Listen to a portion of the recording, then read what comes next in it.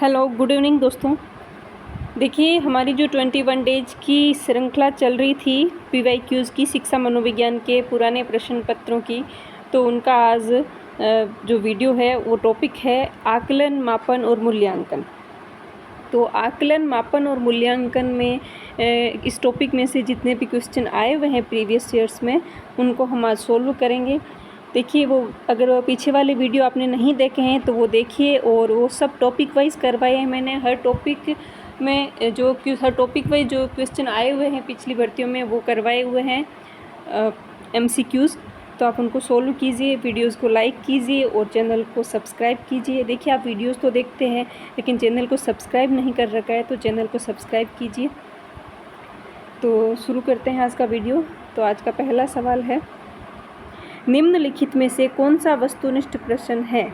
लघुत्तरात्मक प्रश्न, मुक्त उत्तर वाला प्रश्न, सत्य या असत्य या निबंधात्मक। तो इसका आंसर होगा सी, सत्य या असत्य। यानी सत्य और असत्य, ट्रू और फॉल्स वाले जो क्वेश्चन होते हैं वो वस्तुनिष्ठ प्रश्न होते हैं। बहुत इजी क्वेश्चन है ये। अगला सवाल देखिए, एक शिक्षिका स्वयं कभी प्रश्नों के उत्तर नहीं देती। वे अपने विद्यार्थियों को उत्तर देने के लिए समूह चर्चाएं और सहयोगात्मक अधिगम अपनाने के लिए प्रोत्साहित करती है। ये उपागम सिद्धांत पर आधारित हैं। मतलब कि कौन से सिद्धांत पर आधारित है ये उपागम? कौन सा उपागम? यानी कि एक टीचर है क्लास में, वो अपने विद्यार्थियों को खुद कभी भी उत्तर नहीं देती, स्वयं प्रश्नों के उत्तर नहीं देती है, और वे अपने विद्यार्थियों को उत्तर देने के लिए एक समूह चर्चा यानी ग्रुप डिस्कशन करने के लिए कहती है।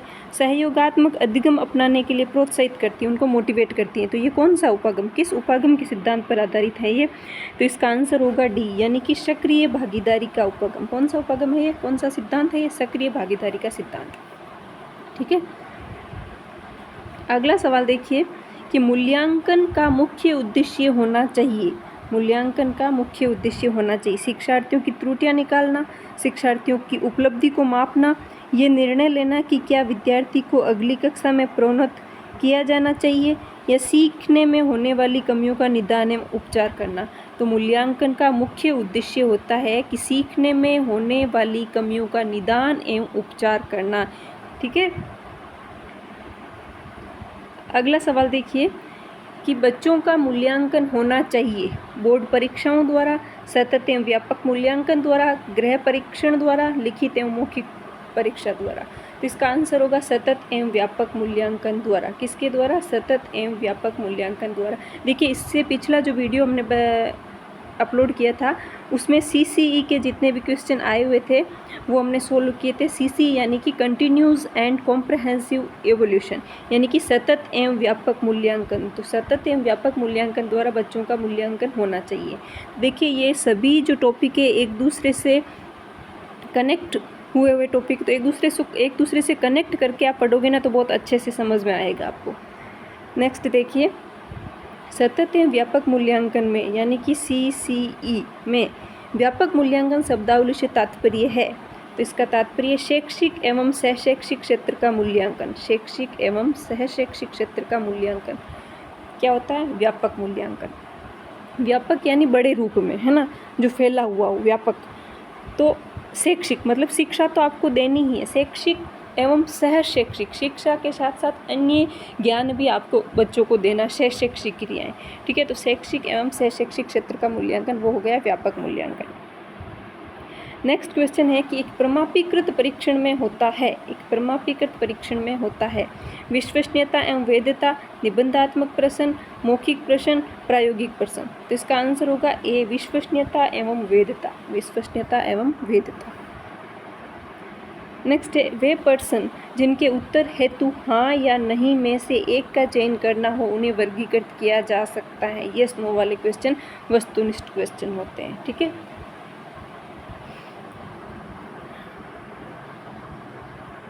अगला सवाल है कि राष्ट्रीय पाठ्यक्रम रूपरेखा 2005 में सामाजिक अध्ययन में निम्न में से किन मुद्दों को शामिल करने की अनुशंसा की गई है?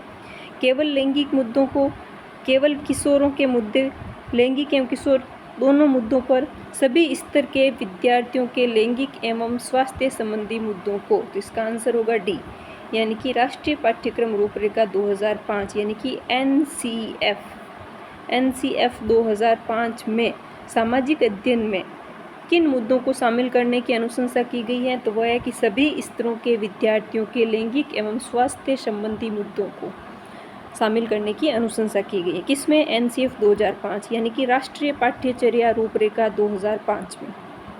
ठीक है। अगला सवाल है कि किसी परीक्षण की विश्वसनीयता जितनी अधिक होती है उसकी वैधता होगी। अधिकतम, कम, सामान्य या बराबर? तो इसका आंसर होगा अधिकतम, यानी कि किसी परीक्षण की विश्वसनीयता जितनी अधिक होगी उसकी वैधता अधिकतम होगी। उसकी वैधता कैसी होगी? अधिकतम। विश्वसनीयता ज़्यादा होगी तो वैधता भी अधिकतम होगी। अगला सवाल है कि मूल्यांकन का अर्थ होता है परिणाम व प्रगति की जांच करना, परखना, परीक्षा करना, निर्णय करना। तो इसका आंसर होगा परिणाम व प्रगति की जांच करना। मूल्यांकन मीन्स परिणाम एवं प्रगति की जांच करना। अगला सवाल देखिए कि मूल्यांकन का उद्देश्य है धीमी गति से सीखने वाले एवं प्रतिभाशाली बालकों की पहचान करना, जिन बालकों को उपचारात्मक शिक्षा की आवश्यकता है उनकी पहचान करना, अधिगम की कठिनाइयों व समस्या वाले क्षेत्रों का पता लगाना, उपयोगी जीवन जीने के लिए शिक्षा की महत्ता की जांच करना। तो इसका सही आंसर होगा सी, यानी कि मूल्यांकन का उद्देश्य क्या होता है कि अधिगम की कठिनाइयों एवं समस्या वाले क्षेत्रों का पता लगाना। अधिगम में यानी कि सीखने में बच्चों को क्या कठिनाई आ रही है, क्या दिक्कत आ रही है, और उन समस्या वाले क्षेत्रों का पता लगाना, ये होता है मूल्यांकन का उद्देश्य। अगला सवाल है कि मूल्यांकन किया जाना चाहिए। मूल्यांकन किया जाना चाहिए। वे आवश्यक पर्यावरण को दूर रखता है, बच्चों की उपलब्धियों के स्तर का ज्ञान होता है, इसके परिणामों से शिक्षण को प्रभावी बनाया जाता है, या शिक्षकों की उपलब्धियों का पता लगता है। तो इसका आंसर होगा सी, यानी कि इसके परिणामों से, यानी जो मूल्यांकन होते हैं उनके परिणामों से शिक्षण को प्रभावी बनाया जाता है। ठीक है। अगला सवाल है कि सतत एवं व्यापक मूल्यांकन की एक तकनीकी है सत्र मूल्यांकन, अर्धवार्षिक, निदानात्मक मूल्यांकन या इकाई मूल्यांकन। सतत एवं व्यापक मूल्यांकन की तकनीक या निदानात्मक मूल्यांकन। क्या है तकनीकी? पूछिए तो तकनीक क्या है? निदानात्मक मूल्यांकन। नेक्स्ट है एक अच्छे परीक्षण की कौन सी विशेषता नहीं है? वैधता, विश्वसनीयता, वस्तुनिष्ठता या उत्तीर्ण करना। तो एक अच्छे परीक्षण की विशेषता उत्तीर्ण करना, ये उसकी विशेषता नहीं है। उसकी विशेषताएं हैं वैधता, विश्वसनीयता और वस्तुनिष्ठता, ये एक अच्छे परीक्षण की विशेषताएं हैं। नेक्स्ट है छात्रों में रटने की प्रवृत्ति को रोकने हेतु कैसे प्रश्न नहीं पूछने चाहिए? छात्रों में रटने की प्रवृत्ति को रोकने हेतु कैसे प्रश्न नहीं पूछने चाहिए? वस्तुनिष्ठ, लघुत्तरीय, दीर्घोत्तरीय या निबंधात्मक? तो आंसर होगा निबंधात्मक। यानी अगर आप निबंधात्मक प्रश्न पूछोगे, यानी कि छात्रों में रटने की प्रवृत्ति रोकने तो कैसे प्रश्न नहीं पूछने चाहिए? तो निबंधात्मक प्रश्न नहीं पूछने चाहिए। अगर आप निबंधात्मक प्रश्न पूछोगे बच्चों को तो वो रट के आएंगे। निबंधात्मक प्रश्न 50 शब्दों के, 100 शब्दों के, 150 शब्दों के होते हैं, तो उनको बच्चा रट लेगा। तो बच्चों की समझ विकसित करने के लिए उनसे आप वस्तुनिष्ठ प्रश्न पूछिए, लघुत्तरात्मक प्रश्न पूछिए। ठीक है, वो प्रश्न आप पूछ सकते हैं।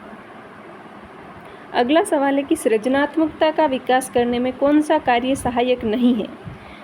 कविता पूरी करना, चित्र पर आधारित मौखिक एवं लिखित वर्णन करना, प्रश्नों के उत्तर लिखना या अधूरी कहानी पूरी करना। तो आंसर होगा प्रश्नों के उत्तर लिखना। यानी कि सृजनात्मकता का विकास करने में कौन सा कार्य सहायक नहीं है? तो प्रश्नों के उत्तर लिखना, ये सृजनात्मकता में सहायक नहीं है।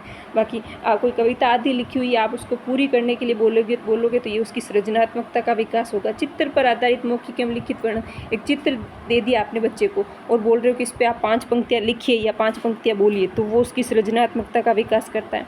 अधूरी कहानी पूरी करना, यानी आधी कहानी आपने बता दी, यानी सस्पेंस क्रिएट करती है और आपने बोला कि अब इसके आगे क्या होगा आप बताओ, तो वो अपनी सृजनात्मकता से वो बच्चा बताएगा, उस कहानी को पूरी करेगा। तो ये बाकी तीनों सृजनात्मकता के विकास में सहायक है।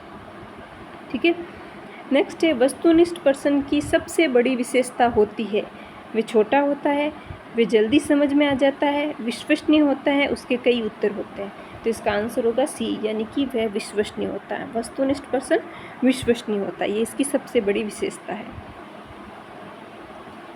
अगला सवाल है कि प्रयोगात्मक मूल्यांकन का उद्देश्य है समय विशेष में विभिन्न कार्यों पर एक विद्यार्थी ने कितना अच्छा निष्पादन किया है का पता लगाना, और अधिगम को सुगम बनाना व ग्रेड प्रदान करना।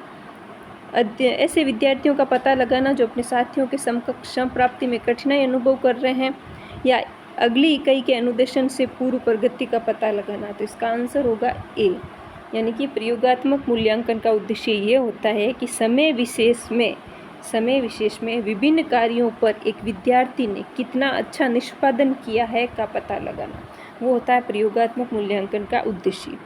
तो आज हमने जो भी क्वेश्चन किए हैं ये आकलन, मापन और मूल्यांकन के क्वेश्चन किए हैं। तो मैं आपको बता दूं, आकलन जो होता है वो मूल्यांकन का ही पार्ट होता है। और मूल्यांकन क्या होता है, तो मूल्यांकन का अर्थ होता है निर्णय प्रदान करने की प्रक्रिया, यानी कि जो लास्ट में जो निर्णय दिया जाता है एक बच्चे को एक परख लेके, तो वो निर्णय प्रदान करने की जो प्रक्रिया होती है वो मूल्यांकन कहलाती है। मूल्यांकन जो है ये निरंतर चलने वाली प्रक्रिया है, और मूल्यांकन एक बाल केंद्रित प्रक्रिया है।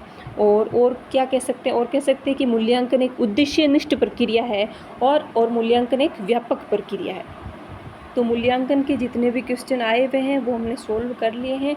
तो इस वीडियो को आप बार बार देखिए, इन क्वेश्चन को अपने दिमाग में फिट कर लीजिए, क्योंकि प्रश्न पिछली भर्तियों में आए हुए प्रश्न रिपीट होते हैं। मैं हर वीडियो में आपको बताती हूँ ये क्वेश्चन बार बार रिपीट होते हैं। तो इन वीडियोज़ को आप बार बार देखिए, लाइक शेयर कीजिए। और चैनल पर नए हैं और आप वीडियोज़ देखते हैं लेकिन अभी तक आपने चैनल सब्सक्राइब नहीं किया है, तो आपसे रिक्वेस्ट है कि आप चैनल को सब्सक्राइब कीजिए। Thank you so much. मिलते हैं नेक्स्ट वीडियो में, तब तक के लिए जय हिंद, जय भारत।